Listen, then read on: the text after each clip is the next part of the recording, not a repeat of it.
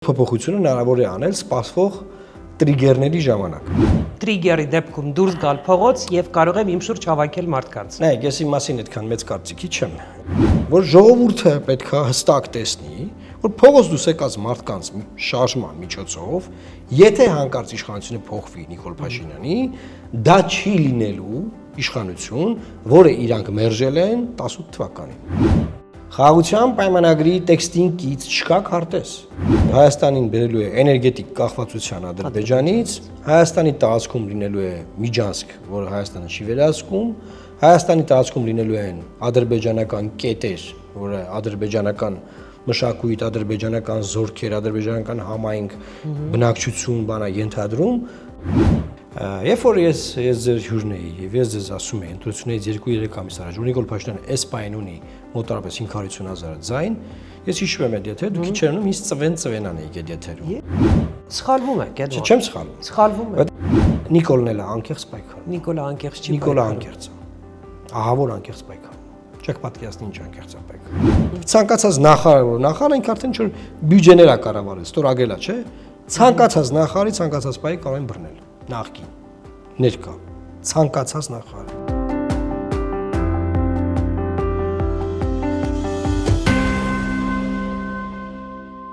Ադրբեջանի կողմից օկուպացրած Սև լիճի եւ Ջերմուկի տարածքները սովետական եւ ոչ մի քարտեզով Ադրբեջանի մաս չեն, հակառակը Հայաստանի տարածք են։ Եվ տրամաբանական կլիներ, հայկական կողմի տրամաբանությունը կլիներ, եթե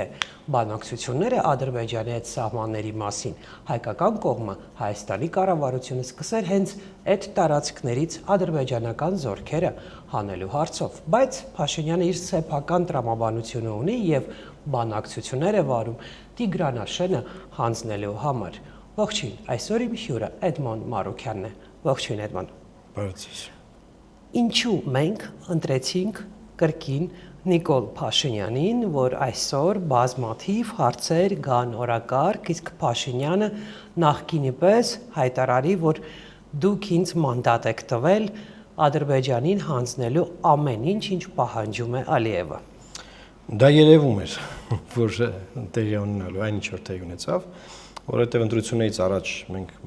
խոսել ենք բազմիցս, թե ինչ է պետք անել, որ այսպես չլինի, ես կարծում եմ այդ իմաստ չունի, որովհետև գործից առաջ են հարցնում, թե ինչա պետք անել, եւ այդ հարցը եղել է, մենք ասել ենք ինչա պետք անել, արդեն դա եղել է։ Եվ Փաշինյանը ասում է, որ ժողովուրդը համաձայն է այս քաղաքականության հետ, երեք էր ասում, եւ եթե համաձայն չի լիներ, ես այստեղ ձեր դիմաց կանգնած լինեի։ Հենց այդպես էլ ասել է, ուղիղ ցիտատ էր։ Հա, բացարձակապես ճիշտ է ասում, բայց թե ոնց է ժողովուրդը համաձայն եղել, ինչ մանիպուլյացիաներ են եղել, ոնց է այդ ամեն ինչ տեղի ունեցել, դա մի կողմ եմ դնում։ Ես հիշեցի մտովի 17 թվականը, երբ որ Հանրապետական կուսակցությունը զանգվածաբար ընտրակաշառքեր բաժանել եւ ձեռավորել էր խորհրդարանը։ Դա 6-րդ գումարման։ Բայց դուք էլ եք այդ խորհրդարանի մասը։ Հա, դա եմ պատմում։ Դա 6-րդ գումարման խորհրդարանն էր։ Եվ երկու դաշինքով մենք որոշեցինք, որ չնայած նրան, որ փողը բաժանվել, զանգվածաբար պնդում եմ։ Եվ զանգվածաբար փող բաժանելով ձեռվել այդ պարլամենտը, ոչ մի ձայն մեզ ուղված չի շեղվել։ Մեզ ուղված ձայները տեղ ասեցին, եթե ժողովրդի որևէ հատված ցանկանար ընտրել ելք դաշինքին ավելի շատ, քան որ ընտրել էին, քան 120,000-ից ավել ձայն, էդ էլ կգար մեզ, բայց այդքան էին ցանկացել։ Մենք ասեցինք լավ։ Որից հետո Նիկոլ Փաշինյանը ասեց, որ կապ չունի, որ ժողովուրդը փողա վերցրել եւ ընտրություններին մասնակցել է եւ ամիսներ են անցել, հնարավոր է փողոցային պայքարով փոխել իշխանությունը։ Հիմա ես եկել եմ ասեմ, որ կապ չունի, որ ժողովուրդը հիմա ընտրել է Նիկոլ Փաշինյանին, որտեվ ընտրել է իրականում, կապ չունի, որ 720,000 եւ ավել ձայն է ստացել, որտեվ ստացել է իրականում, բարձր այնտեղ ԲՀԿ-ի ձայները բան, բայց դա իր ձայների հետ կապ չունի, դա արդեն մանդատների բաշխման մասն է։ Հնարավոր է անել փոփոխություն երկրում, եւ այդ փոփոխությունը հնարավոր է անել սպասվող տրիգերների ժամանակ։ Սպասվող տրիգերը այն ժամանակ, թողեք ասեմ։ Եղել է Սերժ Սարգսյանի 3-րդ ժամկետը, որ պետք է 3-րդ ժամկետով վերել։ Այս անգամ սահմանադրական փոփոխություն։ Հիմա դա կարող լինի Տիգրանաշենի հանձնումը, կարող լինի սահմանադրական այո ոչը եւ էլի այսպես կոչված սահմանազատման այլ process-ները։ Այդ տրիգերները կան։ Այլ բան է, որ տրիգերները կային եղել են նաև մի 3 տարվա ընթացքում վերջին, խոսքում է Բագրատ Սրբազանի շարժման մասին, դա ինձ առաջվա եղած շարժման մասին, բայց չի ստացվել։ Իսկ ինչպես պետք է հիմա ստացվի։ Ես չեմ ասում ինչու պետք է հիմա ստացվի, ես բացարձակապես չեմ ասում ինչու կարող է ստացվել, ես ասում եմ կարող է ստացվել, եթե այն ինչ որ այն ժամանակ արվել է, հիմա չարվի։ Դա որն է, որ ժողովուրդը պետք է հստակ տեսնի, որ փողոց դուրս եկած մարդկանց շարժման միջոցով, եթե հանկարծ իշխանությունը փոխվի Նիկոլ Փաշինյանի, դա չի լինելու իշխանություն, որը իրանք մերժել են 18 թվականին։ Հենց իրանք զգացին, որ դա կարող լինի այն իշխանությունը, որ իրանք մերժել են 18 թվականին, Նիկոլ Փաշինյանը մնալու է ու ավելի է ուժեղանալու, օրինակ։ Դուք հասարակ ասում եք Էդմոն, որ ես կարող եմ լինել այդ ուժը, ես կարող եմ լինել երկրորդ Նիկոլ Փաշինյանը, ես կարող եմ տրիգերի դեպքում դուրս գալ փողոց եւ կարող եմ իմ շուրջ հավաքել մարդկանց։ Նայեք, ես իմ մասին այդքան մեծ կարծիքի չեմ։ Ես ասում եմ կարող են լինել մարդիկ։ Իսկ ինչու ոչ դուք։ Ես չեմ ասում ոչ ես, բայց չեմ ասում ես։ Ես ասում կարող են լինել մարդիկ ուժեր, ովքեր հստակ երևում է եւ գարանտիա են տալի եւ երաշխավորված են եւ իրանց հետևները չի երևում ոչ մի ձևի, որ հնարավոր է հանկարծ իրանց միջոցով 18 թվականի մերժված համակարգը հետ գա։ Եթե այդ գարանտիաները լինեն փողոցում, իշխանությունը կփոխվի։ Ավելին ես ձեզ ասեմ, այդ գարանտիաները եթե լինեին այս ընտրությունների ժամանակ մեկ բլոկով մասնակցելու դեպքում, երբ որ մենք միասին խոսել ենք, էլի իշխանությունը փոխվելու էր։ Չի փոխվել, որովհետեւ նաեւ այդ պատճառով։ Հիմա անիմաստանոց քննարկել էլի, բայց Նիկոլ Փաշինյանը Չէ, անիմաստ, մենք հիմա քննարկում ենք ոչ թե ինչ է եղել։ Անիմաստա քննարկել, որ ինքը ընտրվել է։ Եկեք ավելի բան խոսենք, հա, մենք իրար հետ Էդման, եկեք սկսենք նրանից, թե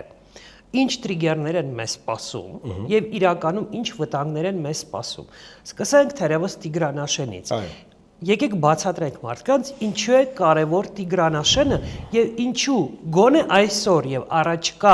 առնվազն մի 5-10 տարին Տիգրանաշենը պետք է մնա Հայաստանի կազմում։ Ես կարծում եմ Տիգրանաշենը առաջին տրիգերը չի, Ալիևը կսպասի այս հարցով։ Առաջին տրիգերը լինելու է սահմանադրական հարակվեն։ Ինչ ունի Ալիևը շտապելու։ Ինչին է պետք Ալիևին պայմանագիր կնքել Ադրբեջանի հետ։ Տիգրանաշենի մասով եւ շտապում է Ինչու է շտապում սահմանադրության հարցում։ Որովհետեւ սահմանադրության հարցի պարագայում ամբողջությամբ վերափոխվում է, վերջնական լեգիտիմացում է ստանում վերջին 6 տարվա ընթացքում տեղի ունեցած գլխի վայր շուրջ տվող մեր պետականության փոփոխությունները, որը հիմա Նիկոլ Փաշինյանը անվանում է 4-րդ հանրապետություն։ Okay, 4-րդ։ Դա առաջին տրիգերը ես կարծում եմ։ Եկ ֆիքսենք, հա, սենց Էդմոն, ֆիքսենք մեր նրանց համար, ովքեր դիտելու են մեր հարցազրույցը, ֆիքսենք որ Ալիևին պետք է այդ փոփոխությունը արձանագրել, so-called 4-րդ հանրապետությունը արձանագրել, ինչը ամենևին էլ չի նշանակում, որ դա արձանագրելուց հետո նա հաջորդ օրը պայմանագիր է կնքելու խաղաղության Փաշինյանի հետ։ Դա նշանակում է, որովհետեւ խնդիրը ես չեմ տեսնում պայմանագիրը։ Այսինքն ինքը կգնքի այդ պայմանագիրը։ Ես տեսել եմ, որ մեր սպասող դեբատների ժամանակ, եղած դեբատների ժամանակ, որ մարդիկ պնդում էին, որ չի գնքի պայմանագիրը։ Ես ուղղակի, չգիտեմ, ապշած եմ մարդկանց վրա, որովհետեւ այդ պայմանագիրը, այդ պայմանագրի տեքստը, քանի որ Ալիևը համաձայնվել նախաստորագրել է, եւ նաեւ քանի որ բանակցային գործընթացը շատ բաց ա եղել, բոլորս տեսել ենք, հրապարակային խոսվել է ամեն մի հոդվածի մասին, եւ վերջում հրապարակված է այդ տեքստը, այդքանը տեսնելուց հետո կասկածել, որ Ադրբեջանը պետքա խուսափի դա ստորագրելուց։ Ես ուղղակի չէ։ Այսինքն իրենք իրենց մեզ պարտադրած տեքստը, որը մեր երկրի տակ ռումբեր է տեղադրում, այդ տեքստը չեն ստորագրել։ Չեն ուզում ստորագրել։ Տրամաբանությունը հետեւյալն է։ Չեն կարող են չստորագրել, որովհետեւ ընթացքում կարող են նոր պահանջներ ներկայացնել։ Բայց նոր պահանջները ներկայացել են, ներկայացնում են, տեքստի հետ կապ չունի, տեքստը ուրիշ բան է։ Նրանք կարող են խոսել ինչպես իրենք են ասում, հա, Զանգեզ, Արևմտյան Ադրբեջան, Զանգեզուր։ Տեքստը կապ չունի դրա հետ։ Ինչու՞ տեսեք, որովհետև այդ մարդիկ որ խոսում են, իրանք չեն հասկանում նախ այդ տեքստը ինչ է գրված, եւ չեն հասկանում այն մյուս պահանջները ոնց են ծնվում։ Տեքստը նկատի ունեմ, որ առաջին հերթին, որ Ադրբեջանը, եթե ստորագրում է խաղաղության պայմանագիր Հայաստանի հետ, ճանաչում է Հայաստանի տարածքային ամբողջականությունը։ Ադրբեջանը հայտարարությամբ Հայաստանի տարածքային ամբողջականությունը առանց քարտեզի հիմա էլ է որպես պետություն ճանաչում։ Հայտարարել է, այո, առանց քարտեզի։ Խաղաղության պայմանագրի տեքստին կից չկա քարտեզ։ Այդ տեքստը ստորագրելը խնդրեմ չի։ Դրա համար այդ տեքստը նախաստորագրվել է եւ երբ որ Հայաստանը սահմանությունը կփոխի, ոչ թե կփոխի նոր սահմանություն կընդունի, Ադրբեջանը կարող է ստորագրել այդ պայմանագիրը։ Խնդիր չունի դա ստորագրելու հետ։ Հետեւաբար հայկական քաղաքական քարտեզ Հայաստանի, որտեղ չկա Սյունիք։ Սկսենք դրանից։ Չհասկացա ես։ Ասում չկա քարտեզ, որով մեզ ճանաչում։ Հասկանում եմ, եթե մենք հասկանում ենք, չէ՞, մենք հետևում ենք, որ Ալիևի ախորժակը գնալով մեծանում է։ Եթե ինքը տեսնում է, որ Հայաստան պետությունը, հայ ազգը, այսպես քանդման եզրին է արդեն մոտեցել, գրեթե ինքնատապալման է գնում, ինչի պետք է ստորագրի խաղաղության պայմանագիր։ Որովհետև ինքը ոչ մի բան այլևս չի անելու պատերազմով։ Խաղաղության պայմանագրով պատերազմը ոչ մի բան չի փոխվում։ Խաղաղության պայմանագիրը միջպետական հարաբերությունները սկսելու եւ երկու հակամարտող կողմերի միջև խաղաղությունը հայտարարելու մասին է։ Նաև տարածքային ամբողջականությունը ճանաչելու։ Այո, բայց տարածքային ամբողջականությունը դեռևս չի վերջնականացնում սահմանների հարցը առանձին է քննարկվում։ Հետեւաբար այդ թուղթը ստորագրելով Հայաստանի սահմանների հարցը չի լուծվում։ Հետեւաբար բոլոր նրանք, ովքեր մտածում են, որ այդ թուղթը ստորագրելով սահմանների հարցը լուծվում եւ այդ դրա համար Ալիևը չի ստորագրի։ Չէ, ժողովուրդ ջան, այդ թուղթը Ալիևը մեծ սիրով ստորագրի, երբ որ Հայաստանի ժողովուրդը գնալով ընտրական տեղամասեր կընդունի նոր սահմանադրություն, որը երրորդ հանրապետության սահմանադրության եւ անկախության հռչակագրի վերջը կտա։ Դրանից հետո կստորագրի, այդտեղ վտանգ այնքան բողջան վտանգ է, բայց կարծել որ Ալիևը այդ թուղթը չի ստորագրելու, կարծել որ այդ թուղթը որևէ բան իր աշխատավորում է Հայաստանի համար։ Եկեք ֆիքսենք, Էդման, դուք ասում եք, այս պահին, հա, ես ճիշտ եմ հասկանում։ Ալիևի համար ըստ էության Հայաստանի հետ կապված մնացել է միայն սահմանների հարցը եւ եթե սահմանադրությունը փոփոխվում է, նա որևէ խնդիր չունի։ Ստորագրում է խաղաղության պայմանագիրը, հետո ասում է որ ադրբեջանցիները ուզում են վերադառնալ Հայաստան։ Շարունակում է, հիմա էլ է ասում, հետո չէ։ Սահմանների հարցով է զբաղվում, այստեղ մի քիչ իրեն է վերցնում այն հատվածները, որոնք ռազմավարական նշանակություն ունեն Հայաստանի համար, իրեն է վերցնում, ասենք նույն Տիգրանաշենը եւ այլ եւ այլ։ Հա ինչպես դուք ձեր տեսանյութում կարծեմ այսօր ասում եք, որ հակասի եկեք Արծվաշենում ապրեք, ոնց էր մեր անկլավի Արծվաշեն։ Հա, եկեք Արծվաշենում ապրեք, ով կգնա կապրի, հա, դուք եք ասում։ Փաստորեն ստացվում է, որ Ալիևի համար արդեն որևէ խնդիր չկա Հայաստանում։ Ալիևի համար նա որևէ այլ բան չի ուզում Հայաստանից։ Նայեք։ Իսկ Զանգեզուրի միջանցքի պահը, եթե մենք դուք որ այսինքն այս պահին ասում եք, որ այլ խնդիր չկա, Թրիփը միանշանակ կառուցվելու է, անկախ Իրանը ինչ դիրքորոշում ունի, Ռուսաստանը ինչ դիրքորոշում ունի, Թրիփը կառուցվում է Զանգեզուրի միջանցքը։ Սպասեք թող ես ասեմ։ Ես ասում եմ, պատերազմ չի սպասվում։ Ինչու՞։ Որովհետև Հայաստանի ապագա կազմաքանդման ծրագիրը այլևս խաղաղ գործընթաց է։ Ճակերտավոր։ Այդ խաղաղ գործընթացի մեջ ներառված են մի քանի կոմպոնենտներ, որը Հայաստանին բերելու է էներգետիկ կախվածության Ադրբեջանից, Հայաստանի տարածքում լինելու է միջանցք, որը Հայաստանը չի վերահսկում, Հայաստանի տարածքում լինելու են ադրբեջանական կետեր, որը ադրբեջանական մշակույթ, ադրբեջանական զորքեր, ադրբեջանական համայնք, բնակչություն բանա ենթադրում, որը երկարատև հաշվարկով, երկար տարիների հաշվարկով Հայաստանի նախիջևանացման ծրագիր է։ Այսինքն, որ ասենք Ալիևը խնդիր չունի, Ալիևը պատերազմ անելու, հիմա կռիվ անելու մեր հետ, խնդիր չունի, որովհետև այն ինչ որ իրենք պլանավորում են եւ պլանավորել են որ անեն, մնացած հատվածը խաղաղ գործընթացով է տեղի ունենում։ Այսինքն Հայաստանի ժողովրդի մտածողության վերափոխմամբ, որը հիմա տեղի ունենում, Հայաստանի ժողովուրդը դառնում է այլևս մեղք ընդունած ագրեսոր ժողովուրդ, որը խելոք պետքա գնա այդ խաղաղ գործընթացի զիջումներին։ Խի որովհետև ինքը ագրեսոր ժողովուրդ է։ Տեսեք, Էդման, պետությունը ագրեսոր։ Ասում եք, այս պահին, հա, դուք հայտարարում եք, որ այն ինչ որ շարունակ մեզ սպասում է, դրանք տարիների ընթացքում, པարզ չէ քանի տարվա ընթացքում եւ այլ, ադրբեջանականացումն է Հայաստանի, հա, Նախիջևանի, ըստ Նախիջևանի, ինչպես եղել է Նախիջևանում, նույնը լինելու է նաեւ Հայաստանում։ Երբ է դա լինելու, տասնյակ տարիներ հետո հավանաբար Հայաստանի քաղաքացին, նրանք ովքեր գնացել են ինքնակամ, ոչ թե ադմինիստրատիվ ճնշմամբ, ինքնակամ գնացել են Փաշինյանին են ընտրել, դրանք ըստ էության գնացել են ընտրել ֆիզիկական խաղաղություն, այսինքն շոշափելի խաղաղություն, այն խաղաղությունը, որը վերաբերում է հենց անձամբ իրենց։ Ես կարծում եմ, որ այդ ընտրողը չի էլ մտածել, թե իր թոռը ինչ Հայաստանում է ապրելու։ Նա մտածել է, որ այսօր խաղաղություն է, առաջիկա տարիներին էլ կլինի խաղաղություն եւ Մենք սրա մասին եմ մտածել։ Եկեք անկեղծ լինենք, հա, Հայաստանի բնակչության մի հսկայական հատված գնացել է դրա համար ոչ միայն դրա համար, բազմաթիվ կոմպոնենտներ կան, որ դրական են աշխատում ժողովրդի տրամադրությունների վրա։ Երբ որ ես ձեր հյուրն էի եւ ես ձեզ ասում եի ընտրությունից 2-3 ամիս առաջ, որ Նիկոլ Փաշինյանը այս պայն ունի մոտավորապես 550,000 ձայն, ես հիշում եմ այդ եթե դուք քիչ երանում ինձ ծվենան եք այդ եթերում, որովհետեւ հա, որովհետեւ դուք ուզում եք չթունել որ դա կա, բայց պարզվեց որ այդ պայն դա կար եւ դա աճեց, որոշակի հանգամանքների բերումով։ Բայց վերջին հաշվով պետք չի նաեւ թերագնահատել մեր ժողովրդին։ Այո, ժողովուրդը ընտրել է նաղդը Նիսիայի փոխարեն, կոպիտ ասած։ Հենց դրա մասին։ Նաղդ խաղաղությունը, բայց երբ որ դու ժողովրդի հետ աշխատանք տանես եւ ցույց տաս, որ այն ինչ որ ինքը հիմա ունի, այսինքն այն ազատությունները, որ ինքը հիմա ունի, վայելում է, եւ այն տնտեսական ցուցանիշները, որոնք որ հիմա կան, դրանք լինելու են, բայց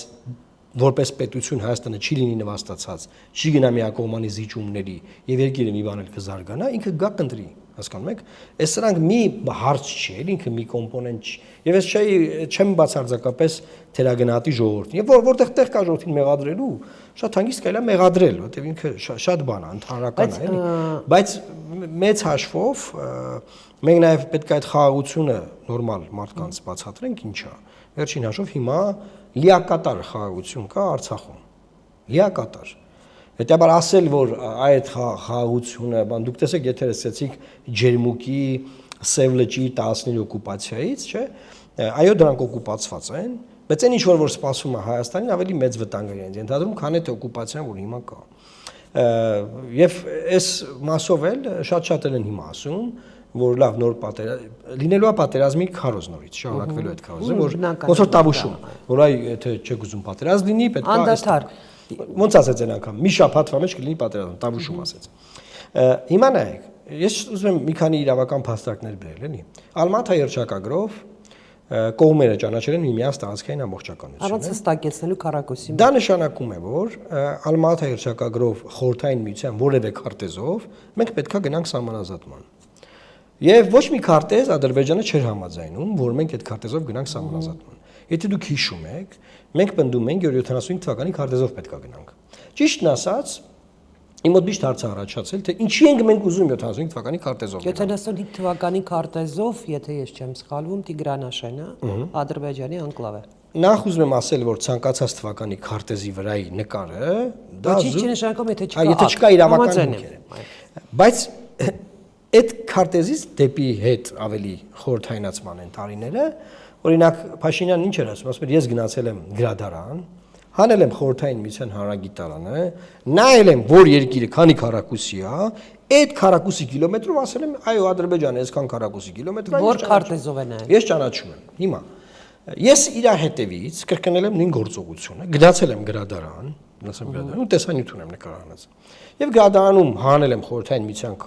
հանրագիտարանը, որտեղ կա 1926 թվականի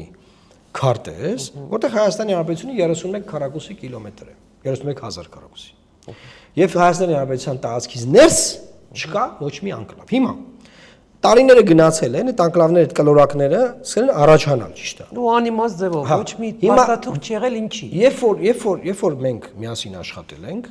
այդ բանակցային գործընթացը այդ ժամանակ էր սկսվել։ Մեր պաշտոնական դիրքորոշումը եղել է հետևյալը, որ Հայաստանի Հանրապետության տարածքում չկան անկլավներ, իսկ եթե Ադրբեջանը պնդում է, որ կան, ապա պետք է ներկայացնի դրանց իրավական հենքը եւ ապացույցները։ Եվ իմ անունից, ուշադիր, կարող եք գտնել, կարող եմ ուղարկել ձեզ, եղել է պաշտոնական հայտարարություն ի պատասխան Ադրբեջանի պահանջների առայն, որ Ադրբեջան դու ներկայացրու ապացույցներ, որ Հայաստանի տարածքի ներսում կա անկլավ։ Ես ներկայացնես, նստենք քննարկենք, հարց չկա։ Բայց այստեղ մենք մի բան ենք բաց թողնում, Էդուան, մենք մի բան ենք բաց թողնում։ Եթե ես չեմ սխալվում, դրանք 30-ականների վերջում է Տիգրանաշենը կոնկրետ քարտեզների վրա հայտնվել կամ 41 թվականին։ Շատ լավ, ինչ բացատրեմ, հա, ինչ նկատի ունեմ։ Հայտնվել Ադրբեջանի որպես ադրբեջանական անկլավ։ Բայց պետք չէ մոռանալ, որ ոչ թե որպես Ադրբեջանի անկլավ, այլ Նախիջևանի անկլավ, որովհետև Նախիջևանը հանրապետություն էր բնակեցված հայերով,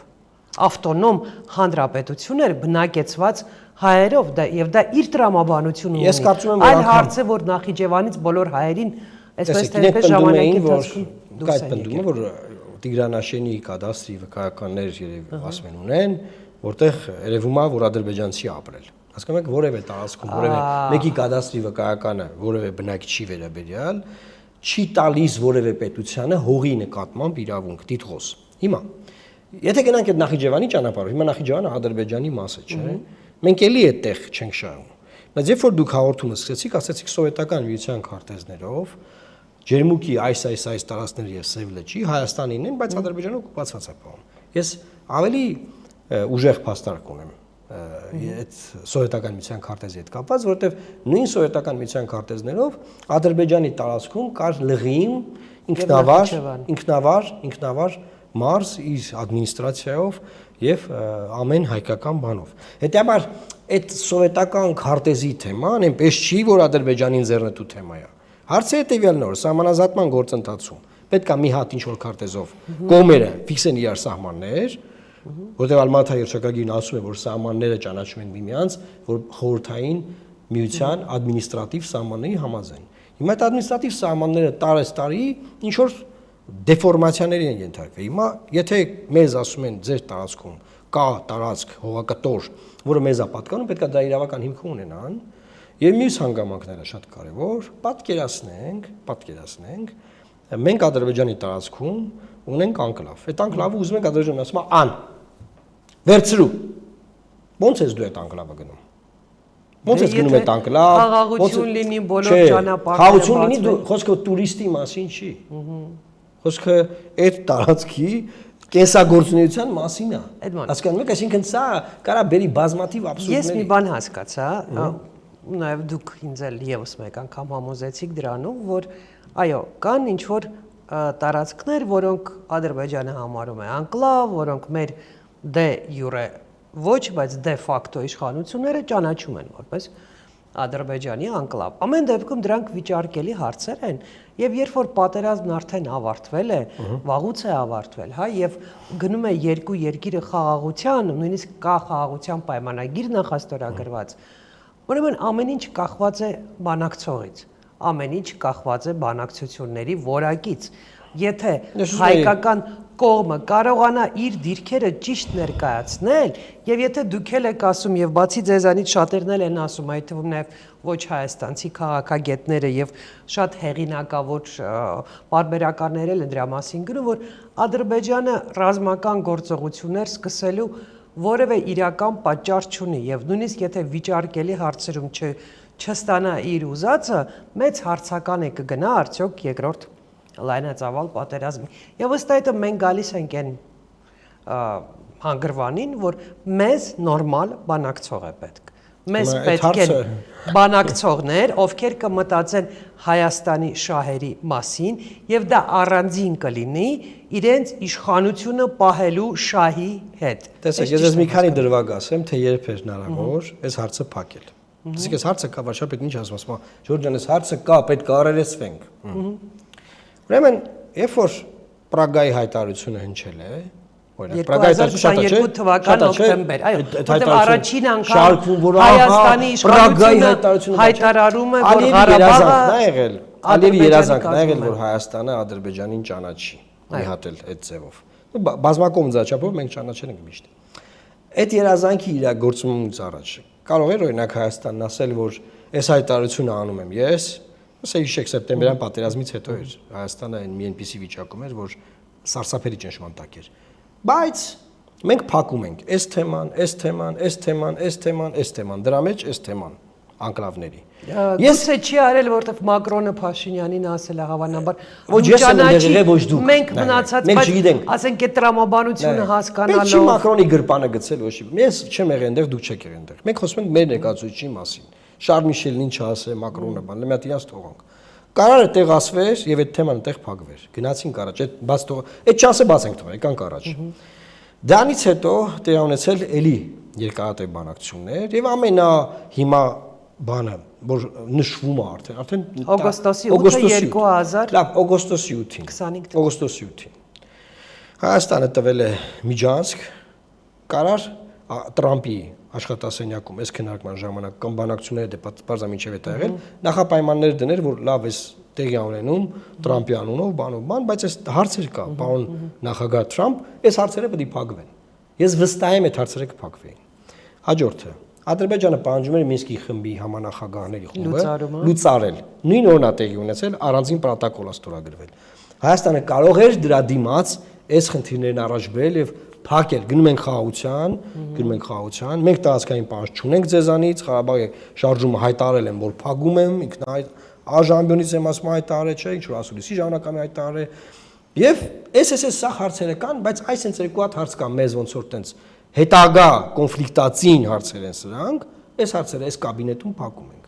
Էլի հնարավոր էր փակել, ասում եք անդադար գերիների հարցներ հնարավոր է ձգել։ Դրա մասին եմ խոսել հենց այդ գիշերը, որ գոնե գերիներին ստանայր, նայեք անդադար, ավելին ասեմ ես ձեզ։ Այդ նույն օրը Հայաստանը նաև լուծել է Ադրբեջանի համար 907-րդ բանաձևի սանկցիայի չեղարկում, որտեղ եթե հայկական համաձայնություն չլիներ, այդ 907-րդ բանաձևը չէր կարող չեղարկվել։ Ինչի որտեղ հայկական լոբին այնտեղ մեծ դեր ուներ, երբ որ Հայաստանը արդեն օքեյ էր որ դա չեղարկվեր, հայկական լոբի ոչի բան չէր կարող անել։ Սա շատ կարևոր հանգամանք է։ Այսինքն մենք անդադար մեր բանակցային բանկից քարտեր ենք տվել Ադրբեջանին, սա դատարկել ենք բանակցային բանկը, դիմացը բան չենք ստացել Ազատ ջան, էսա է խնդրեմը։ Ստեղա, այսինքն այս անդադար, որ ես այսքան ասել եմ, ինչի համար եմ այդքան կռիվ արել, որ հասկացանք, օքեյ, հասկացել ենք Էդմոնը, ինչ պետք է անի Էդմոնը, որ առավոտից երեկո, եկեք անկեղծ ասեմ, միակ ընդդիմադիր գործիչն է, որ խորհրդարանում չէ, բայց գրեթե ամեն օր հրատապ հարցերը բարձրաձայնում եւ Էդմոնի ուշադրությունից դուրս չի մնում որևէ լուրջ խնդիր։ Ինչ պետք է անի այս նույն Էդմոնը, որ այն որ նա ժամանակին համագործակցել է Փաշինյանի հետ եւ 44 օրյա պատերազմից հետո համաձայնել էր լինել Փաշինյանի դեսպանը, որ արդեն դրա մասին մարդիկ մոռանան եւ Էդմոն Մարուքյանին ընկալեն որպես մի քաղաքական գործչի, ով իսկապես կարող է լուրջ դերակատարություն ունենալ այս իշխանություններին հեռացնելու հարցում։ Բայց դուք ձեր ընկալումն եք ասում դրա մասին։ Չէ, ես իմ ընկալումը չեմ ասում, ես ասում եմ հասարակության ընկալումը։ Դուք այս շերտի ընկալումն եք ասում, որը այսպես թե այնպես, օրինակ ուզում է Ռոբերտ Քոչարյանին ընտրի։ Այդ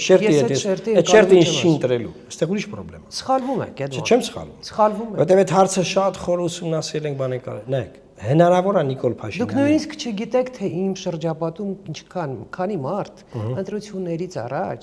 այսպես ասում էր, չգիտեմ, ում գնամ ընտրեմ Էդմոնին, թե Քոչարյանին, Էդմոնին, թե Սամվել։ Հասկացա, բայց վերջին հաշվով կենտրոնանում է ձայները նրա մոտ, այն ուժերի մոտ, ովքեր որ ցցված են, հզոր են, ուժեղ են երևում եւ իրենց մոտ է կենտրոնանում։ Այսինքն խնդրեմը ոչ թե այնտեղա որ մենք ունենք բան Փաշինյանի հետ անցած ճանապարհի փորձ եւ այլ խնդրեմն այնտեղ է, որ երբ որ մենք առաջարկում ենք ստեղծել մեկ բլոկ, այդ բլոկով երաշխիքներ տալ, որ 18 թվականին մերժված համակարգը չի կարող վերադառնա, այդ բլոկում ես լինեմ, Ալեն Սիմոնյանը այդ բլոկի մեջ լիներ, այդ բլոկը հաղթելու էր Նիկոլ Փաշինյանին։ Դուք Կարևորը որ այդ բլոկում չլիներ Ռոբերտ Քոչարյանը։ Կարևորը որ այդ բլոկում չլիներ նախկին համակարգը ներկայացնող քաղաքական միավորները։ Սերժ Սարգսյանը, Ռոբերտ Քոչարյանը։ Դուք Ռոբերտ Քոչարյանի վրա կենտրոնացեք, բայց խոսքը գնում է այդ ամբողջ համակարգը, որը մերժվել է այդ ժամանակ։ Հիմա նայեք, ընդդիմադիր ուժերն էլ այս սխալը թույլ տվեցին, որովհետև ինչ տեղի ունեցավ։ Խաղը սկսվեց, շախմատային լեզվով եմ ասում։ Խաղի սկզբում սկսեցին խաղալ սպիտակներով, Սամվել Կարապետյանը խաղացել է սպիտակներով։ Խաղի կեսից անցել է սևերի եւ պարտվել սպիտակներին։ Եթե ինքը խաղը սկսեր սպիտակներով եւ խաղը մինչեւ վերջ տաներ սպիտակներով, ինքը կհաղթեր։ Այսինքն եթե մինչեւ վերջ ասեր, որ ինքը սևերի դեմ է, ինքը եւ Փաշինյանի եւ Սևերի դեմը ինքը կհաղթեր, այդպես եք ասում։ Պետք էր գիծ քաշել, հստակ արձանագրել, որ այն ինչ որ 18 թվականին եղել է, իշխանապողություն է կանոնում, հեղափոխություն է կանոնում, դա արել է մեր ժողովուրդը, ճիշտ է արել, չի կարելի դա անվանել ադրբեջանա-թուրքական, դա ողջունելի է, բայց դրանից հետո ինստիտուցիոնալ փոփոխությունները, բանակցային գործընթացից սկսած, բանակի ռեֆորմից, պետական կառավարման սխալ ճանապարհով են գնացվել։ Եվ մենք մերժելով այդ ռեժիմներին գալիս ենք դա շարունակենք։ Բայց երբ որ այդ կեսից այդ խզումը տեղի ունենում, սևանում է այդ ամեն ինչը, սպիտակները, որը այս բարագայում պայմանականորեն ասած էլի շախմատային լեզվով։ Նիկոլ Փաշինյանն ու ինքն սպիտակների առաջնորդը ինքը հաղթելու է։ Այս նույն բանը կրկնվի 31 թվականին, 31 թվականին էր հաղթել։ Նայեք, բոլորդ կենտրոնացել եք։ Հիմա ռազք չէ, որ նույն տրամաբանությամբ գնալ 31 ընտրությունների, նույն տրամաբանությամբ։ Բայց ո՞նց եղավ, որ 21 թվականից 26 թվականին նույն տրամաբանությամբ ենք եղել, հիմա ենք։ Բացատրեմ, իմ կարծիքով, իմ խորը համոզմամբ բացասական դեր է խաղացել Գյումրիի հաջողությունը եւ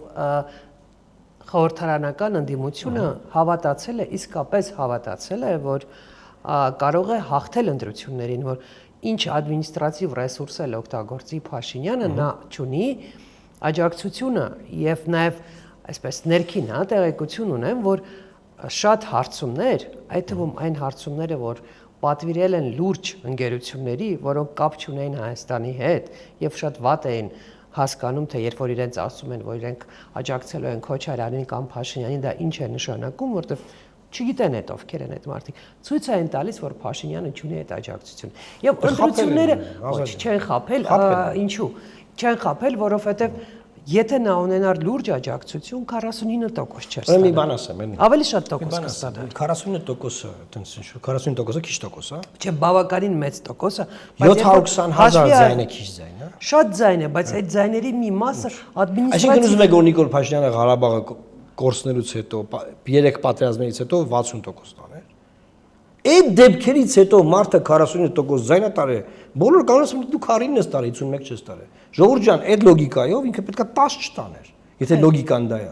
Բայց ուրիշ բան եմ ուզում ասեմ, նայ։ Եթե օպոզիցիոն ուժեր կան, այս սամսին շատ ենք խոսել,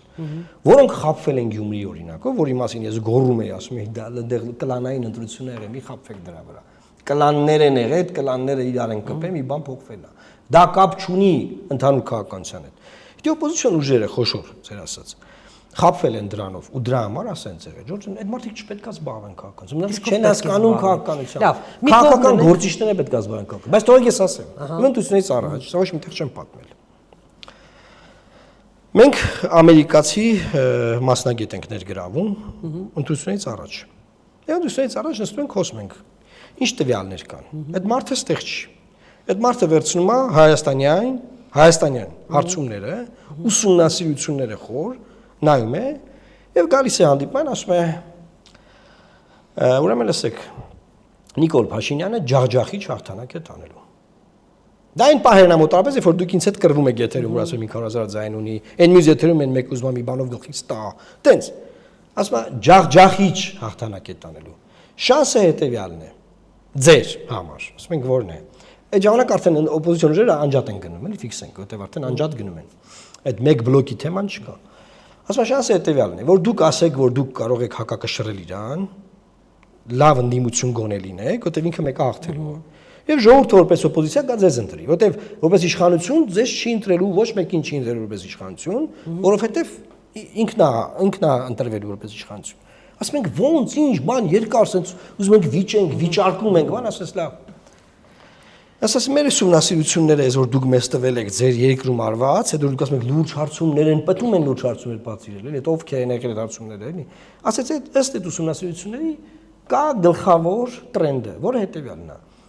Ձեր ժողովրդի շուրջ 60%-ը մասամբ կամ ամբողջությամբ գտնում է, որ երկիրը ճիշտ ուղղությամբ է գնում։ Դա նշանակում է, որ ձեր իշխանությունը, եթե լավ աշխատի, կարող մինչև 60% ձայն տանի։ Ու ես տեսնում եմ, որ ոնց որ վատը չի աշխատում։ PR քարոջական։ Եվ ասես այս մարդը ջախջախի հաղթանակ է տանելու։ Այս երեք ուժերին, որ սարքել է երագլուխ հրեշներ, ինքը միայն կենտրոնանալու է իրանց վրա, ձեզ չի հիշելու մյուսներին, ոչ մեկին չի կենտրոն։ Միայն իրանց վրա կենտրոնում ու ջախջախի հաղթանակ է տանելու։ Դուք կարող եք կտրվել այս թեմայի մեջ, եթե այդ նախ ասեք այդ կանխատեսումը, որ ինքը հաղթում է, եւ երկրորդ ասեք, որ շանսը սա է։ Դուք այդպես էլ անում եք։ Նայեք, մենք ուղիղ այդպես է չարեցինք, որովհետեւ մտածում էինք, որ ուղիղ դա անելը մի քիչ ավելի շատ պրոբլեմատիկ կլիներ, որովհետեւ ուղիղ դա անեինք, խփելու էինք օպոզիցիոն դաշտի։ Բայց մոտավորապես նույն բանն էիք ասում։ Արդեն գիտեք ոնց մենք հնարավորինս ուրիշ բառերով ինքը այն բառերով որ մեզ ասում էր, որ ասեք, մենք տենց էլ չասեցինք։ Եվ մենք որպես կանխատեսում էինք դա ասում ենք Ջորջան կրելու է Նիկոլը, որովհետեւ 21 թվականին նույն բաներն են անում, բայց չէինք ասում, որ վերջին հաշվով հա կրելու հաստատ կրելու եւ այս իմաստով ես ուղղակի ապշած եմ, որ այդքան մեծ ռեսուրսների մեջ դուք ասում եք, որ օպոզիցիոն ուժերը սխալ ապրոցներ են ունեցել, չեմ սխալ հարցումներ են արել եւ այլն։ Ախր ո՞նց կարելի է չարժանագրել։ Ինչ իմաստ ուներ Սամվել Կարապետյանի համար փող տնտեսել եւ սխալ հարցում անցկացնել կամ ինքնախաբեբայությամբ Սամվել Կարապետյանը հո ինքը չի փող տնտեսել։ Ես չգիտեմ ոնց է կառուցվածքը նման մակարդակի մարդը, նման հարստությամբ մարդը, նման ճանապարհ անցած մարդը, երբ որ ուզում է գա իշխանափոխություն անի, առաջինը չանի անկեղծ, արդար հարցում իր սեփական արել անկեղծ արդար հարցում, բայց դուք ասում եք իրանք հարցումներով խաբվել են։ Ես չունեմ ինֆորմացիա հարցումներով խաբվել են։ Դուք ասում եք իրանք հարցումներով խաբվել են։ Եթե խաբվել են, ուրեմն վատ հարցումներ են պատվիրել, ինչ ասեմ։ Հասկանում եք, այն ինչ որ տեղի է ունեցել, դա միանգամից չի եղել, կեսից է եղել։ Մի հատ կոնկրետ մի հատ բան ասեմ, որ ասեմ սպիտակներով խաղը սկսվել է, իրականում սպիտակներով է խաղը սկսվել։ Բագատ Սրբազանի շարժման ժամանակ էլ է սպիտակներով խաղը սկսվել։ Կեսից սևացել է այդ խաղը։ Եվ երբ որ նայեք, երբ որ դուք Հայաստանը մարզերով է, չէ՞, մարզեր, քաղաքներ, բոլորը այդ լոկալ մակարդակում իրար գիտեն։ Երբ որ դուք գնում եք այդ ամեն բոլոր կետում, թիմ եք ներգրավում 18 թվականից առաջ իշխանության եղած որևէ մեկին, ում որ ժողովուրդը 18 թվին մերժել է, 21 թվին մերժել է, բնականաբար 26 թվին էլ է մերժելու։ Եվ ես եկել եմ ձեզ ասեմ, որ 31-ին էլ է մերժելու։ Եթե սա ինչ sense մնա։ Այսինքն հետ գալով այդ ձեր հարցին նայեք, մարդիկ այդ ռոպագանդան, այդ բանի ձեռքում էլի, նախկին իշխանության ուժերի, իրանք կենտրոնացած են շատ բանով էլի, ոչ արդար էլի, կենտրոնացած են կոնկրետ գործիչների վրա, ովքեր որ բնականաբար չեն որևէ ձևի իրանց ջատագովը քննադատն են իրանց 18 թվականից առաջ, 18 թվից հետո մեկը ես եւ այդ կենտրոնացված բանագն, որ այ հանկարծ որ այ քանի որ ինքը այդ միակ մարդը որ հիմա այս լուծումներն առաջարկում է, նույն քարտեզի վերաբերյալ, նույն մյուս հարցերի, ելի ես եմ, ինչի որտեվ ես փորձ ունեմ։ Ուր է իրանց նախկին արտգործնախարարներից մեկը, Հայաստանը քանի արտգործնախարար ունեցել։ Վարդան Օսկանյանը պարբերաբար խոսում է։ Չէ, բացի Վարդան Օսկանյանը։ Վարդան Օսկը, եթե մենք այդպես ենք խոսում, իրերը կոչենք իրենց անուններով։ Վարդան Օսկանյանը Ռոբերտ Քոչարյանի նախագահության ժամանակ 10 տարի եղել է արտգործնախարար։ Ռոբերտ Քոչարյանը որպես երկրի նախագահ այլ արտգործնախարար չի ունեցել։ Հիմա մի հատ հարց տամ։ Օրինակ Քոչարյանին հրապարակային ասել են, որ սենց առաջարկ կա, որ պետք է 3 ուժեր, 4 ուժեր պետք չի։ Սխալա կրվելու եք, ասեն չէ, մենք լավ գիտենք, ձևը կրելու ենք։ Ես չգիտեմ։ Ներողություն չեն ուզում խնդրեն ժողովրդից։ Մենք ճիշտ ենք դուսեք, իրանք սխալ չեն ուզում, ասեն կներեք սխալ ենք արել։ Տեսեք, ի՞նչն է բանը, որ հիմա տպավորություն է, որ որ կարծես թե ոչինչ չի եղել։ Ամեն ինչ նորմալ է, հասկանում եք, լրիվ նորմալ է։ Հասկացանք, ընդդիմությունը անտաղանդ է եղել, պարտվել է այդ ընտրությունների։ Փաշինյանը կարողացել է հաղթել եւ իսկապես նա ունի մեծ աջակցություն մինչ օրս։ Ինչ դասեր պետք է, դասերը քաղելուց արդեն ահագին երկար խոսեցիք, թեև դա չկոչեցինք որպես դասեր քաղելու մասին խոսք, բայց ինչ է պետք անել այսօր, որովհետեւ փաստացի մենք ունենք մի հասարակություն, որի միայն 49%-ն է համաձայն ապրել այնպես, ինչպես շարունակում է այսօր ապրել։ Այսինքն առնվազն ազգի կեսը դեմ է գնալ այդ զիջումների։ Դուք տոկոսներով եք նայում, չէ՞։ Ես կարծում եմ, որ 30 էլ չկա այդ տոկոսը հիմա։ Ուրիշ բան ասեմ, ինձ համար այո, հաղթել է Փաշինյանը։ Մոտավորապես 60% իրողությունը, այո։ 60% ժողովուրդ, 60% ժողովուրդ համաձայն չի Նիկոլ Փաշինյանի վարչակարգությանը տենց հիմա։ Բացի դրանից, որ համաձայն չի Էդմոն, ես նկատել եմ նաև, ինձ համար դա շատ այսպես հետաքրքիր էր արձանագրելը, որ ընտրություններից անմիջապես հետո գուցե ես միայն Երևանի մասին եմ ասում, բայց այն մարդիկ, ովքեր չէին սիրում Փաշինյանին եւ ԿՊ-ին եւ բարձրաձայնում են իրենց դիրքորոշումը, այդ մարդիկ ոչ թե սկսել են լռել ընտրությունները պարտվելուց հետո, մասով հասարակ մարդիկ, ովքեր ասեք, չգիտեմ, տարբեր բաներով են, գործերով են զբաղվում, ոչ քաղաքական գործիչներ, ընտրություններից հետո այդ մարդիկ ավելի բարձր են սկսել խոսել Նիկոլին չսիրելու մասին։ Այս սա շատ հետաքրքիր է։ Բազմաթիվ մարդիկ գիտեն, որ Նիկոլին չեն սիրում, բայց ընտրել են Նիկոլին, որովհետև չեն ուզեցել հետ գնա Հայաստանը 18 թվից առաջ, որովհետև համարում են ինչ որ կորցրել են, կորցրածա ու հետ բերել չի լինի, բայց չեն ուզում այդ բարքերը հետ գա ու էլի ընտրել են Նիկոլին։ Ու չեն հավատում, որ կարող են էլի շատ բան կորցնել։ Նրանք չեն հավատում, որ Հա, դա է կա, չեն, նայ, իրանք հավատում են, որ ինչ կորցրել ենք, այդ այլ բան չեն կորցնելու, ու դա ինձ ելնելով ասում են ախպեր ջան, բայց գոնե հիմա սենց մնա այն նախքին հանցագործ բարքերը հետ չգա։ Էդ են ասում։ Հիմա գանք ամփոփմանը։ Ինչա պետք անել։ Ես կարծում եմ, որ մյուս կողմից երևի լավ է եղել նաև, որ պարլամենտում շատ ուժեր չկան, քիչ ուժեր են ներգրաված, եւ շատ ուժեր պարլամենտից դուրս են։ միավորվեն արտախորհրդարանական ուժերը։ Բոլոր այդ ուժերը, ովքեր որ, օրինակ, ողջունել են 18 թվականի հեղափոխությունը, եւ համաձայն են, որ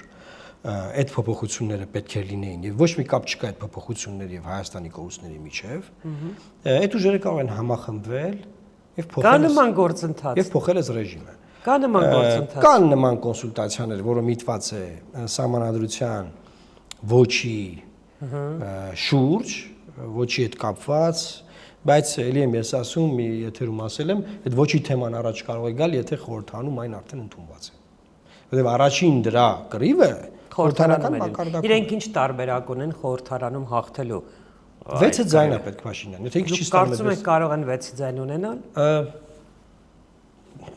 Ինչ ասեմ, ուզում ասեմ 6 ձայն է պետք Փաշինյանին, որպեսզի ինքը համանդրության նախագիծ անցկացնի եւ դնի հանրակրվեի։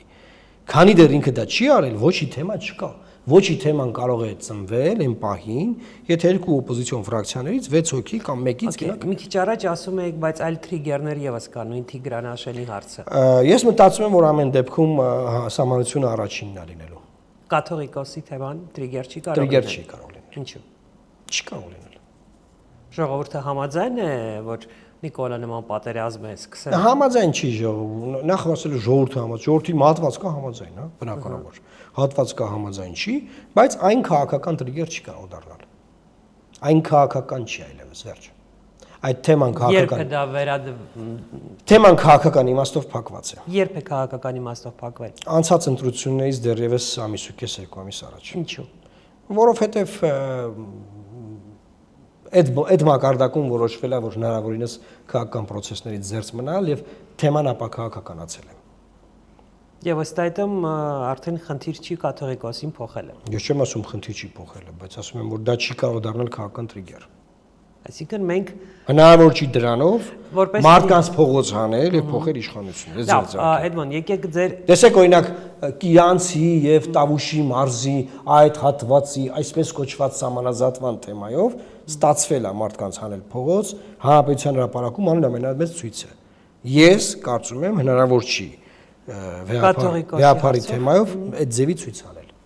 Չեմ տեսնում։ Բայց Տիգրանաշենի հարցով հնարավոր է, ըստ ձեզ։ Այո։ Սահմանադրության հարցով հնարավոր է։ Ավելի քիչ, քան Տիգրանաշենի։ Այսինքն Տիգրանաշենը ավելի մեծ տրիգեր է, քան սահմանադրությունը, ըստ ձեզ։ Եթե մարդիկ հասկանան, այո։ Եթե մարդիկ, իսկ ինչա պետք անել, որ մարդիկ հասկանան։ Բացատրել, որը ես անում եմ։ Իսկ ձեր դիտումները բարձրացել են, այսինքն ձեր հանդիսատեսը մեծացել է։ Կա որ շատ է, կա որ նվազա։ Իսկ փողոցային շարժում։ Նայ, կազա, կարևոր իմ դիտումը չի։ Կարևորն այն է, երբ որ ես նարատիվը պատրաստում եմ, դնում եմ շրջանառության մեջ, այդ նարատիվով խոսում են խորհրդանում падգամավորներ։ Տարբեր մարդիկ հարցերցներ են, այսինքն ես դա չեմ չափում իմ դիտումով։ Ես չափում եմ այդ նարատիվի տարածումով, որտեղ այն տարածվում է։ Տարբեր գործիչներ վերցնում են խոսալ եւ սկսում են բացատրել ինքն չեն բանակցում, որ Էդմոն արի դու էլ մի խոսա։ Ես ոչ մեկի հետ կապ չունեմ ԿՊ-ից։ Որտեղ մարդիկ հարցում են, ասում են Էդմոն Մարուկյանն այսպեսի բաներ է խոսում եւ ոչինչ։ Բոլորին ձերբակալում են, իսկ նրա դեմ նույնիսկ քրեական գործ չեն արվում։ Էդմոն Մարուկյանի բոլոր հարազատներին վերջի 5 տարվա ընթացքում բոլոր տեղերում, որտեղ աշխատել են, հեռացրել են, ես երբևէ չեմ խոսել այդ մասին, որտեղ ես քաղաքական գործունեությամբ իմ անձնական խնդիրները չեմ լուծում, սա մեկ։ Էդմոն Մարուկյանին Նիկոլ Փաշինյանը դատի է տվել եւ բանկային բոլոր միջոցները, անշարժ գույքը ամբողջությամբ սառեցված փակված է։ Եվ այսինքն ինքը ինչ որ կարա իմ նկատմամբ անի արել է, դրանից ավելին չի կարող անել։ Քրական գործ հարուցելն էլ բան չի, որ այտենց հեշտ հարուցվող բան չի։ Եթե ինչ որ մի շրջանում միտեղ նախարարեղացնի, հիմա այս նստած կլինի։ Որտեղ գործադիրում մարդ բռնել ավելի հեշտ է, քան Եթե դու Եթե պաշտոն չես ունեցել, Չէ, եթե դու օրենս դիր ես եղել, ունես պաշտոններ ես եղել, որ օրինակ կոնկրետ ասեմ, բյուջե չես կառավարել, կոնկրետ ասեմ։ Ցանկացած նախարար ինքը արդեն ինչ-որ բյուջեներ է կառավարել, ստորագրել է, չէ։ Ցանկացած նախարարի ցանկացած բայի կարող են բռնել, նախկին, ներկա, ցանկացած նախարարի։ Դա մայր եմ ասում, որ տենց քրեական գործ հարուցել ինչքան հեշտ է, այդքան էլ այդ քո գործը պահելը դժվար է։ Դեմեր տենց չի որ տենց, այսինքն կարող են հարուցել։ Մի հատ թեմայից բռնել են, այդ թեման ուզում են սարքել բան, որ այ դու վիրավորել ես, զրպարտել ես վարչապետին եւ դատի են տվել եւ աննախադեպ բան է տեղի ունեցել, քանի որ մեր դատարաններում երբևէ 6 միլիոն դրամ չի տրվել ոչ մեկին վիրավորանքի կամ զրպարտության Ինչ ձևով են զարգանալու։ Ինքը 6 միլիոն դրամի չափով արգելանքներ է դրել։ Ինչ ձևով են զարգանալու ռուս հայկական այս հակամարտություն ինչ ձևով է զարգանալու, ինչ կետե են գալու հասնելու հարաբերությունները Երևանի եւ Մոսկվայի միջեւ։ Գնալու են դեպի խզման։ Գնալու են դեպի Ինչ է խզման։ սա նշանակում։ Դա նշանակում որ խզվելու են այդ հարաբերությունները։ Այսինքն օրինակ եթե Ռուսաստանը արտաքսում է բոլոր հայ միգրանտներին, մի շատ են, հա, ես կոնկրետ թիվ չեմ կարող ասել։ Դուք վրացական սցենարն եք, ասեմ, ես մի քիչ չեմ տեսնում վրացական սցենարը։ Ես տեսնում եմ, որ տնտեսական սանկցիաներն են լինելու եւ կան, որը արդեն գալու է։ Գազի հարցը։ Հա, էներգորեսուրսների մասով նաեւ։ Ցորենի հարցը։ Փաշինյանը հիմա ամեն ինչ անում է, որ հարաբերությունները փորձում է ուղղել, բայց ոնց որ թե մենք այդ անվերադառնալիության գիծը հատել ենք։ Ոնց որ թե չի ստացվելու։ Եթե ենթադրենք Ռուսաստանն ասում է վերջ, հունվարի 1-ից դուք այլևս ռուսական գազ չեք ստանում, ամենայնպես այս գնով, ինչ կանի այդ դեպքում Փաշինյանը։ Կդիմի Եվրոմիությանը, կստանա սուբսիդիա, որքանով որ գիտեմ արդեն այդ հարցը քննարկված է, այսինքն այնտեղ դրա մասին տեղյակ են եւ նախապատրաստվում են դրան։ Դրան գումարած նաեւ փորձ կարվի ադրբեջանական գազը լեգիտիմացնել հայ ժողովրդի համար։ Մենք էլի հնարավոր ռուսական գազ առնենք, բայց Ադրբեջանից։ Ոնց է հիմա Եվրոպան առնում ռուսական գազը։ Ռուսներից չի առնում, առնում է ուրիշ տեղերից, բայց ռուսական գազն է առնում։ Այսինքն ռուսական գազը էլի լինելու է Բայց թանկ գնով։ Հա, բայց թանկ գնով բնական։ Բայց մեզ դրա դիմաց փող կտան։ Եվրոպացի։ Չէ, միշտ չեն տա, ինչ որ մասով կօգնեն, հետո այդ փողը կմնա մեր տնտեսության վրա։ Այսինքն դա չի բերի լուրջ տնտեսական ճգնաժամի։ Կբերի լուրջ տնտեսական ճգնաժամի։ Մեզ կօգնեն, բայց դա կբերի նաև լուրջ տնտեսական ճգնաժամի։ Այն ցուցանիշները, որ այսօր ունենք, չենք ունենա։ Վերջին հաշվով մեր մապրանքների մրցունակության հիմքում ընկած է էժան էներգա ռեսուրսները։ Այդ Firebird-ը, որ ստեղծվել է, այդ AI գործարանը, բան ինչի է որոշվել այստեղ, որովհետև էժան էներգա ռեսուրսներ ունի Հայաստանը, եւ նաեւ այն բան էժան էներգարեսուրս Ռուսաստանի հաշվին Եվրասիական միության անդամ լինելու հաշվին։ Դե նաեւ մենք ատոմակայանով երկիր ենք, որը պետք է փակենք։ Ատոմակայանը արդեն հայտարարվել է, որ փակվելու։ Որը Ալիևն ասում է պետք է փակենք, դեռ Ալիևն ասում է պետք է փակեն։ Ուզեմ ասել, այս տենդենսները գնալու են, որ Հայաստանը որպես այդ իրացած այդ 4 հանրապետությունը ինքը որևէ բանում չի լինելու այդպեսի երկիր, որը ինքը որևէ հարցում մի փոքր ինքնաբավություն ունի կամ սուվերենություն։ Իսկ դուք հավատում եք, որ ասենք օրինակ 2035 տարեկանում 35 թվականին Փաշինյանը կարող է կրկին լինել Հայաստանի վարչապետ։ 35 թվականին չեմ հավատում, բայց ես կարծում եմ, որ անգամ եթե այս ամբողջ երկիրը, այս պետականությունը կործանվի, ինքը այստեղ չի լինի, բայց կհամարվի, որպես ինքը պայքարում էր անկախության համար, բայց դե կներեք չստացվեց։ Ու այդպես կընկալվի ժողովրդի կողմից։ Եթե դուք պատմության դասագրքերը բացեք, կգտնեք մարդկանց, ովքեր այդպես ընկալվում են մինչև։ Որպես պատմաբան ինձ դա հետաքրքրեց։ Առաջին հանրապետության լիդերների մասին ինչ կարծիք եք։ Իրենք անկեղծ պայքարել են։ Նիկոլն էլ անկեղծ պայքարում։ Նիկոլը անկեղծ չի։ Նիկոլը անկեղծ է։ Ահավոր անկեղծ պայքարում։ Չեք պատկերացնի ինչ անկեղծ է պայքարում։ Ինքը իսկապես ուզում եք ասեք Փաշինյանը իսկապես հավատում է, որ մեր ամենամեծ թշնամին Ռուսաստանն է, պետք է Ռուսաստանի դեմ պայքարել։ Ինքը նման բան չի ասում։ Ինքը անկեղծ այն ինչ որ անում է, անկեղծ հավատում է իր արածին, ուղղակի դրա արդյունքում տեղ ունենում են ինչ որ տեղի ունենում։ Որ մարդը անկեղծ հավատում է, որ Արցախը կորցնելը դա մեծ նվեր էր Հայաստանին, հա, որ 4 տարբեր ձևակերպումներ ա տրվել դրա վերաբերյալ։ Ինքը ասում է այդ բարդ որոշումները ես կայացրեցի, չէ։ Դրանով ազատեցի ձեզ թակարդից։ Դուք թակարդի մեջ էիք։ Դուք չգիտեիք, բայց դուք թակարդի մեջ էիք։ Ինքը դրան հավատում է։ Ինքը դրան հավատում է։ Ես էլ չգիտեի, եկա իմացա։ Դուք ուզում եք ասել, որ ինքը անկեղծ է, ինչ ասում է, հավատում է։ դուք ինձ ասացիք, որ նրանք անկեղծ պայքարում էին, ես ես պատասխանեցի, որ ինքն էլ է անկեղծ պայքարում։ Անկեղծ պայքարելը նշանակում է հավատալ, որ դու անկեղծ պայքարում ես։ Ցանկացած քաղաքական գործիչ ինչ որ անում է, հավատում է իր արարածին։ Եթե չհավատա, չի կարող այդքան օրիգինալ անել։ Անհնար է դա։ Ինքը հավատում է իր արարածին։ Եվ անում է։ Եվ եթե ինքը չհավատա, այդ է ձեզ ասեմ, չի կարող 720,000 մարդու համոզել լավով թե վատով։ Մեկը սիրելով, մեկը ընտալով, գնալ ընտրական տեղամաս, իրան ընտրել, հասկանում եք։ Ինքը որպես լավ ռետոր, ես նկատում եմ նաև, որ որոշ շարժումով հոգնել է, որովհետև անընդհատ կրկնում է, անընդհատ նույն բանն է ասում, նույն մտքերն, նույն մանիպուլյացիաները, չէ, ինքը կարող է գլխի վայր շրջել։ Ըստ էության մեզ հետ 18 թվականից հետո սա հեղափոխությունը շարունակվում է, որտեղ մեր ամբողջ մտածողությունը, մեր մոտեցումները բազմաթիվ հարցերի վերաբերյալ գլխի վայր շրջում են։ Սա հեղափոխական process է։ Ինչ պետք է լինի, որ Էդմոն Մարոկյանը դուրս գա փողոց, ասի ոչինչ, որ ես այսօր ունեմ 5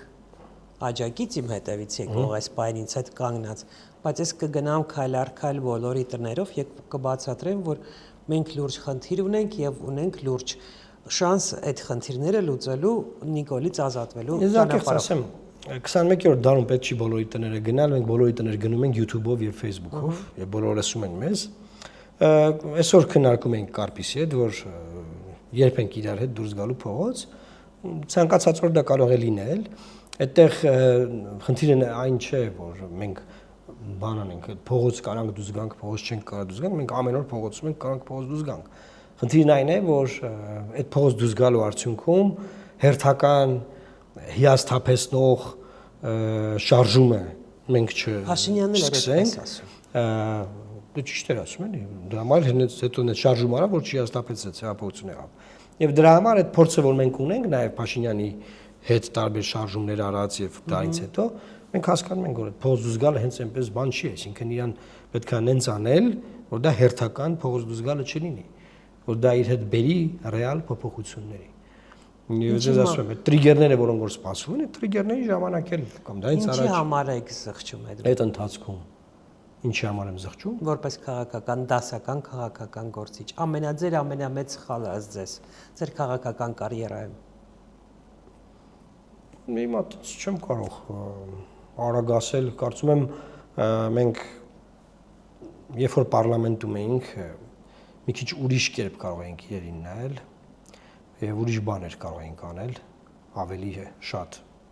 Մեր ֆրակցիան եղել է ամենաշատ պարլամենտական մեխանիզմներ կիրառած ֆրակցիան, բայց մենք կարող էինք այնպես անել, որ 21 թվականի սպասվող ընտրությունները միգուցե այդպես չլիներ։ Չեմ կարող ասել այտենց, կոնկրետ ինչ որ մեծ բան չեմ կարող ասել, բայց կարող եմ ասել մի բան, որ եթե մարդը 12 թվականից մինչև 26 թվականը, այսինքն 14 տարի ուղիղ քաղաքականության մեջ է, այդ մարդը բազմաթիվ սխալներ, թյուրընկալումներ, չգիտեմ ինչեր կարող է ունենալ։ Օրինակ, ես շատ տեղեր ֆիքսել եմ, որ ես շատ չհասկացված եմ։ Այդ խնդրեմը իմ մեջ է։ Չեք կարողանում մարդկանց ճիշտ բացատրել ինչ անել։ Չէ, ամենահեշտ խոսացողներից եմ ես, որ մարդը միանգամից հասկանում է, բայց իմ մտածումների մասին եմ ես ասում։ Ոչ թե որ բացատրում եմ, որ Տիգրանաշենը ոնց կարելի անել, որ չտան, դա շատ լավ հասկանում են, այլ իմ մտածումները, թե ես ոնց եմ տեսել տվյալ իրավիճակները տարբեր պահերին։ Այդ ես չեմ կարող այնտեղ հասնել։ Օրինակ նոյեմբերի 9-ի գիշերը շատ են ասում են դուք պետքա օրինակ միանայիք պետական հեղաշրջման process-ին եւ հեղաշրջում լիներ։ Բայց մենք այդ պայն ուրիշ կերպ էինք տեսնում իրավիճակը եւ հիմա ափսոսում եք, որ չեմ ափսոսում, չէ։ Դե չեմ ափսոսում, որտեւ ինչ որ ես տեսնում էի կլիներ։ Այսինքն այն ժամանակ եթե դա տեղի ունենար, ես տեսնում էի եւ ունեի որոշակի ինֆորմացիա, որ զորքերը առաջ կշարժվեին եւ Սյունիքի մարզում մեկ պատերազմ ունենայինք։ Այսինքն դա այն պահներ, երբ որ ռուսական բոլորն էին տեսնում, թե մենակ դուք եք տեսնում։ Հանրայնապես ես տեսնում էի, Օնիկ Գասպարյանը տեսնում էր։ Իսկ այդ պայն միակ մարդը, որ տիրապետում էր իրավիճակին, Օնիկ Գասպարյանն էր, սուժի մարդ չեմ տեսել այդ պայն։ Որտեվ ռուսական զորքերը չէին եկել դեռ։ Իսկ հայկական զորքերը պետքա դիսլոկացվեին եւ կռիվը մեծ հաշվով հրադադարը այտենց վերջնական չէր։ Թուղթը ստորագրվել էր, բան այտենց Հայաստանում կառավարության շենքը գրաված էր, պարլամենտը գրաված էր։ Նոյեմբերի 12-ին դուրս գայիք փողոց։ նոյեմբերի 12-ին ինչ իմաստով։ Ну, մի քանի Չէ, կապ չունի այդ օրերը, այդ օրերը կապ չունի։ Եթե դուք ասում եք խնդիրը նրանում էր, որ ռուսները դեռ չէին եկել, Չէ, խնդիրը ռուսների մեջ չէ, խնդիրը նրանում էր, որ կռիվը, պատերազմը չէր վերջացած եւ ըստ էության մեր ճակատը եւ մեր կառավարման պատրաստ եք ձեզ զոհաբերել երկրի փրկության համար, թե սա